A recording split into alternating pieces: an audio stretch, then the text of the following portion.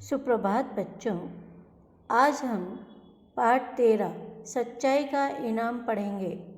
इस पाठ में बच्चों यह बताया गया है कि हमें हमसे ऊंचे ओहदों पर काम करने वालों की चापलूसी करने की अपेक्षा सच्ची बातें बोलनी चाहिए। एक समय की बात है, बादशाह अकबर का दरबार लगा हुआ था।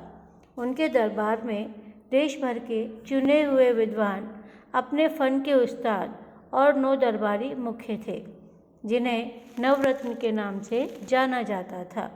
इनमें बीरबल सबसे बुद्धिमान और चतुर थे। वे कठिन से कठिन समस्या का हल बड़ी सहजता से निकाल लेते थे।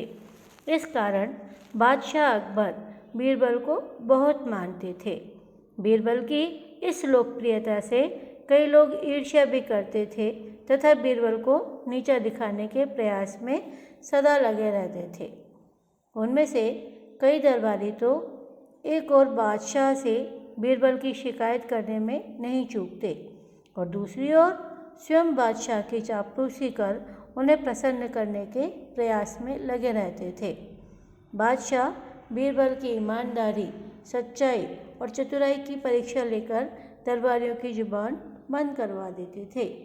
एक बार बादशाह अकबर अपने दरबारियों के साथ बाग में टहल रहे थे। बाग में तरह तरह के सुंदर फूल खिले थे।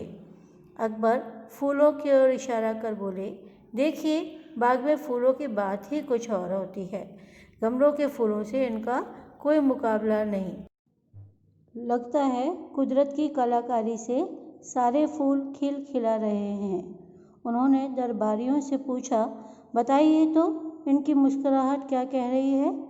एक चापलूस दरबारी बोला, जहाँ पनाह, ये फूल मुस्कुराकर कह रहे हैं कि हमारी सुंदरता बादशाह की सुंदरता के आगे कुछ भी नहीं है। दूसरे दरबारी ने भी चापलूसी करते हुए कहा, हुजूर, इन फूलों का कहना है कि हमारे बादशाह जैसा कोई भी इस धरती पर नहीं है। हम उनके बाग में खिले हैं, यह हमारी खुशकिस्मती है। तीसरे दरबारी ने आगे बढ़कर कहा, महाराज, ये फूल कह रहे हैं कि कितना अच्छा होता यदि कोई हमारी माला बनाकर बादशाह सलामत के गले में पहनाता, तो हमारा जीवन धन्य हो जाता। सारे दरबारी बादशाह को प्रसन्न करने के लिए चापलूसी कर रहे थे, किंतु बीरबल एकदम चुप खड़े थे।